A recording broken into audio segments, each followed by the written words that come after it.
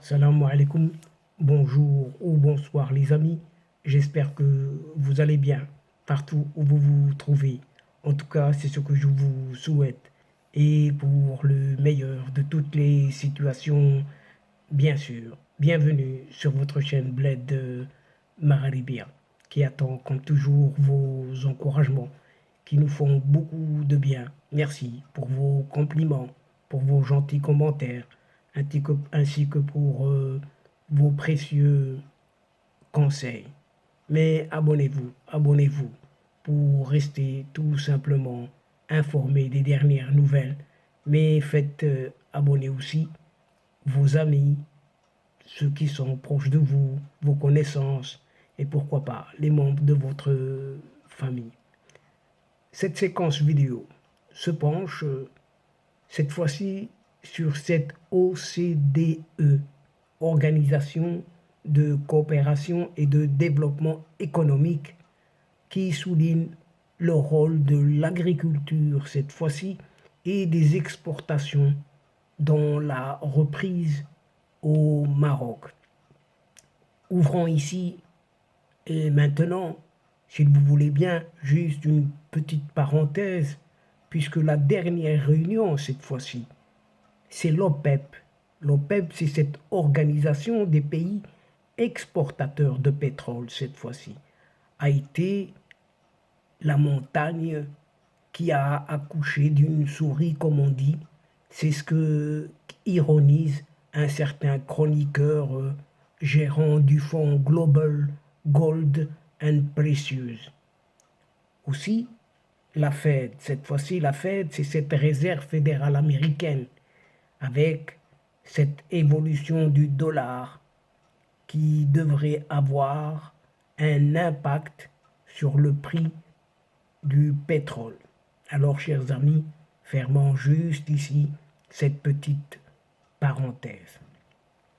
Mais selon un rapport présenté par l'Organisation de coopération et de développement économique, l'OCDE, donc, concernant perspectives économiques de l'OCDE, publié en ce mois de juin, l'économie marocaine connaîtra une croissance de plus de 3% en 2023 et 2024, principalement en raison de la stabilisation de l'économie mondiale et de l'augmentation de la demande de biens et de services étrangers. Le Maroc est fortement dépendant des importations d'énergie et de denrées alimentaires aussi. Ainsi, son économie a donc été affectée par la hausse mondiale des prix résultant d'un certain conflit ukrainien. Il a été en mesure, le Maroc, de contrer ce ralentissement grâce à l'augmentation des exportations de produits agricoles vers ses partenaires commerciaux européens et à l'essor du secteur automobile aussi. Bien, bien que les précipitations soient faibles s'agissant de la pluie et restent à des niveaux critiques même, les précipitations pendant la saison hivernale ont été plus importantes que les années précédentes, ce qui a permis quelque peu à la production agricole de se redresser. Mais l'économie marocaine est en plein essor. En ce qui concerne les politiques fiscales et monétaires, le rapport de l'OCDE indique que la Banque centrale a relevé son taux directeur à plusieurs reprises de 1,5% en septembre 2022 à 3% en mars 2023, avec une nouvelle augmentation de 50 points de base prévue au cours de la même année. Cela a également contribué à stabiliser le dirham marocain qui s'est déprécié quelque peu par rapport à l'euro en 2022, mais a commencé à se redresser depuis le mois de janvier dernier.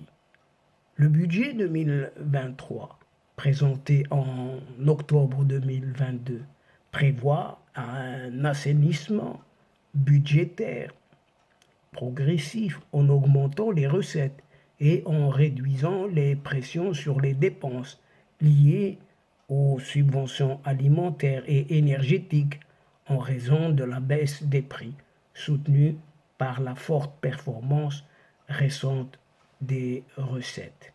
Le taux de chômage, quant à lui, a baissé de 11,8%. Le secteur des services devrait également se redresser avec le retour à la normale des activités touristiques après la débâcle de la pandémie du Covid-19. La consommation privée a augmenté de 1% depuis 2022 et devrait se stabiliser d'ici 2024. L'OCDE recommande ainsi un dosage équilibré des politiques en consolidant des mesures fiscales graduelles pour soutenir l'économie tout en soutenant les ménages vulnérables qui pourraient être affectés par les sécheresses, si l'on peut dire tout simplement.